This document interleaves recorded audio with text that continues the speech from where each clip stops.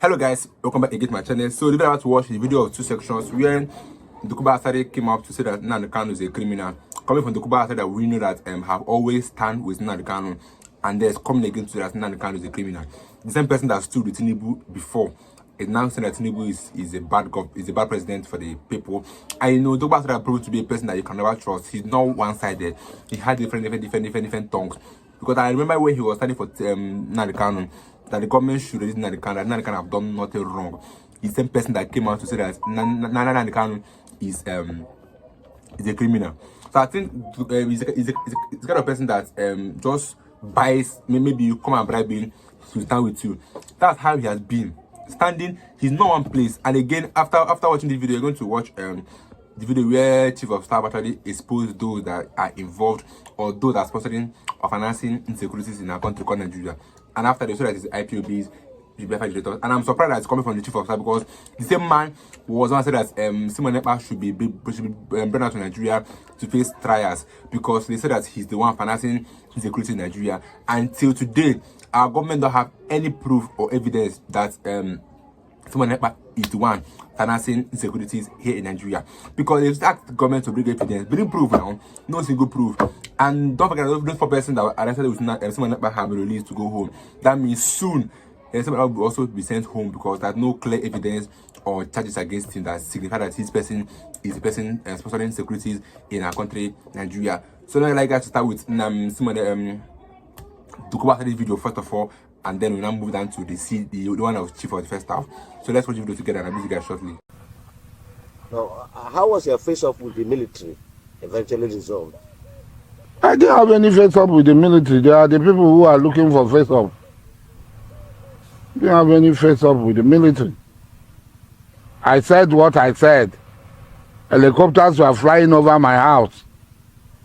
And even today, as we are talking now, in Imo, the military people, the army, the navy are standing side by side with my men fighting at Okigwe and Idiato now in Imo. So some of them coming to make these things. I laugh. You know why they do this is working for the federal government, so there are certain things they cannot say. What they cannot say to other people. They are saying that insurgency will not end. Ekpa, Simeon Ekpa. Who is Simeon Ekpa? We have destroyed virtually all ESN IPOB camps.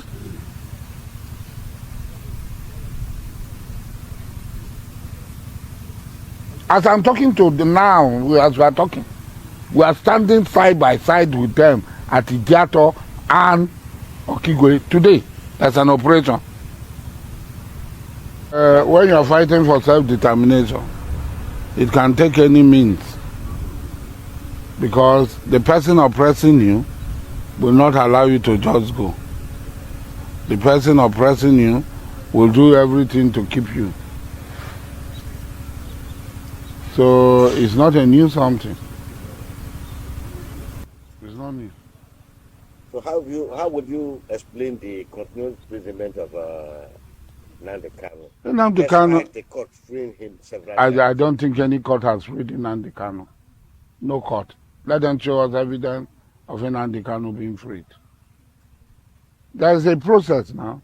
There is court of first instance. There is court of second instance. There is a court of final instance, which is the Supreme Court. When you do, the due process of the law is very clear. When you win at court of first instance, the other person can appeal and ask for stay of execution. I think we are living in a strange world. NNAMDI KANU is a criminal. He's a criminal. He ordered for the killing of people, innocent people. So he should be held culpable, responsible for his crimes. It's as easy as that. There's no two ways about that. But if the court finds him that all the atrocities is committed and find him non-culpable and release him, if the Supreme Court does that, okay for him. But for now, no court has set him free. Yes. NGOs, you know, there are so many things. If we want to go into NGO issues, there are so many things I had. Initially, when the NGOs came in, when we started, They didn't want any oversight function. They didn't want us to know where they were going to. We had issues with that because now they will go into the enclave of the terrorists and go and treat them. You are treating the same people that is attacking the communities. You tell them no, that you are neutral. How neutral can you be? We've had situations where allegations of arms, them conveying arms to us just to make sure that the war continues. We've had situations where they will tell you they are taking food to communities. Halfway, they will tell you the trailer has broken down. By next morning, the trailer is empty. And that vehicle that is broken down, the driver will just go and drive it and take it back. So what had happened? You have funded those guys. You are taking care of them equally. We've had several situations like that. So we said, no, it can't continue like that. And that's why we insisted with the state government that, look, the state government must know what's going on. So if any NGO comes, it must be registered. We must monitor what's going on. We've had situations where NGOs will come in with unidentified individuals entering communities. You don't even know what they're doing. They don't have NGO ID cards. They are not part of the government. Who is taking them to? What are they going there for? And so by the time we start monitoring what they were doing, we noticed things started getting better. So which means something is going on somewhere. Because they come from all over the world and you don't know who is who. So that's why for every country, please regulate what the NGOs are doing, monitor what they're doing.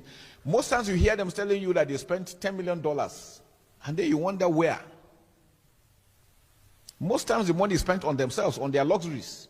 The hotels they stay, the vehicles they are using and all those things. The locals don't benefit much from them.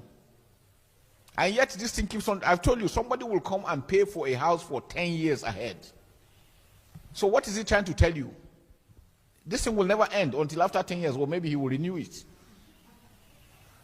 And again, I always remember that if there is peace and the threat level is low, one, they are going to retrench them. Two, their hazard allowance will reduce. How many of them will want that? We're not saying all of them are bad. No, some are really doing very well. Some are extremely doing very well. But again, please don't just assume they're just monitor what's going on, monitor what's being spent. I think it's important. I think we've dealt with the issue. There's the last one of extermination of the... oh, when is it going to end? Maybe I should ask you, when is criminality going to end?